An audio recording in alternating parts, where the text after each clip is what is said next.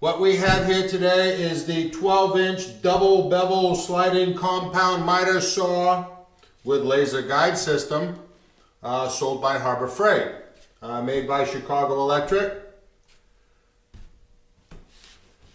If you don't need a 12-inch saw, then don't buy one. They're bigger, they're heavier, they cost more, the blades cost more. My wife has a project that required a larger cut than what a 10-inch saw would provide. We're hoping this 12-inch will do the trick. So let's open the box. So here is the saw straight out of the box. Well, first impressions are fairly decent.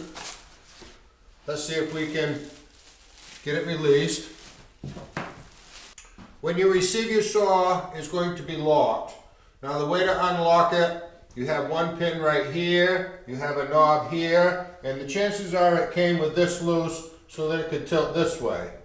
We tipped it up, we tightened that into position so that we can work on it. There's an adjustment right here. If you need to adjust your saw this way, after you've set it up, this is how you're going to do it. So in order to release this head, we just take the tension off it just a little bit, and we pull this pin out right here, we turn it 90 degrees, and we release it into a different notch. This can now tip up in this manner. Over here, we loosen this knob here, and this will slide back and forth. So you now have the range of motion that you want. Just turn the saw straight on, as if we were going to cut with it. When you're ready to straighten your saw out, reach underneath. There's a little lever right here. You squeeze that lever up, pull the saw around until the indicator over here reaches 0 degrees. Release that lever and it will fall into a catch and it will hold that sort of. It sort of holds it, and you tighten this knob up to take that play out. Give that a little squeeze right there. You're now tight. And your saw will glide back and forth and will go up and down. Now, what is not included when you buy your saw is a blade. I purchased a blade at the time I bought the saw. I bought the two of them together. The blades were for sale right here. So I'll go get my blade and we'll put it on. When you buy your saw, it comes without a blade. So we have a 12-inch blade that I bought at the time I bought the saw. In order to put the blade on the saw, you sort of just fold this back in this manner. There's a spindle lock right here, and you use the provided Allen wrench, and you put the Allen wrench in here, and you have to turn clockwise in order to remove this bolt. This is a left-hand thread bolt, so don't try to unscrew it like you normally would because it won't come out. So we turn clockwise to remove it. If I had to, I would have pushed in that spindle lock, and that would have kept that from turning. Now we will need that when we tighten it up, when we put it back. This blade has to be put on to rotate in the correct manner. The correct manner is that when you cut a piece, your saw wants to push it that way. And the way that would work is if the teeth were like this. This is how the saw rotates. So the blade has to go on this way, slide it up in there and get it seated properly on the arbor. You'll notice that inside the hole is not round. It sits a certain way. So get that up on there and have it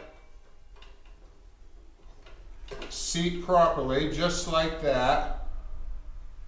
And then we'll put our screw in, remembering that this screw turns backwards. So in order to tighten it, we have to spin anti-clockwise, which is not normal. And when we get it all tightened up, we'll reverse our Allen wrench. And this is when, I'm going to release that up against that. This is when we push in this button over here to lock that spindle. And we can tighten that up with the Allen wrench. Tight. We want that fairly tight. You want that just about as tight as you can go right there by hand. I think that will probably do it. Now, let's just take a look up in here. Make sure that blade is right. It appears to be properly seated in the way it should be. And let's try to make a cut. This saw has table extensions on each end. You loosen a knob here and these go in and out. It also has a stop. You loosen these knobs and this stop slides up and of course moves in and out with that table extension so that you can chop, chop, chop and keep a stop. So we're going to put those down right now, just about like that. All right, we have the saw plugged in. We have the saw fully set up. I've installed the hold down, which I probably am not going to use, but I'll put it there anyway. We have the table extensions. The blade has been installed, tightened up good, double checked. Let's fire it up and see what happens.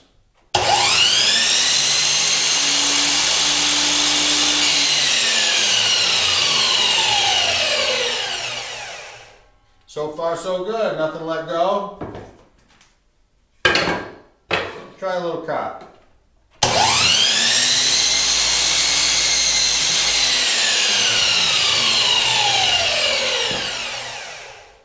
Well, that certainly cut nice. Let's find something bigger and try another cut. What I have here is a piece of oak. This is rough sawed oak. It's a full 1 inch thick. Looks to me like about 6 inches wide. It's all warped, it's all crappy. Let's try to give it a cut.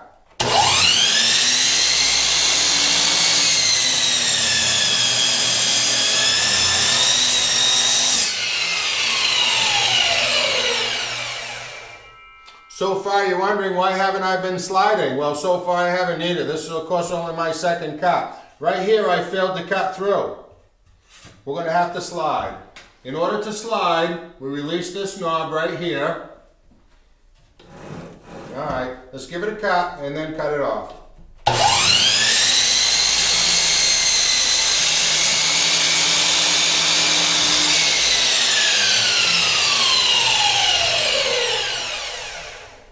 Well, that's not bad. It's a fairly nice cut, but a lot of that depends on your blade. So there you have the Harbor Freight Chicago Electric 12-inch sliding, tilting, beveling, do everything drop saw. Seems moderately well made. It's not a DeWalt. If you are in the business of carpentry, contracting, whatever, and you need a saw to make your living with day in, day out for years, this is not the saw for you. You want a DeWalt or something similar, go out and spend $500–600 and get something that will last you a lifetime. This Chicago Electric is probably good for the rest of us. If you need a larger saw once in a while, most people don't use this size of saw every day. I'm in this category. I have a project. You can see bits and pieces of it. My wife is making a table and we need to cut larger than we have the ability to cut right now. So I believe this saw will do it. I don't see anything that I think is going to fall apart. Seems fairly well made. I think it looks good.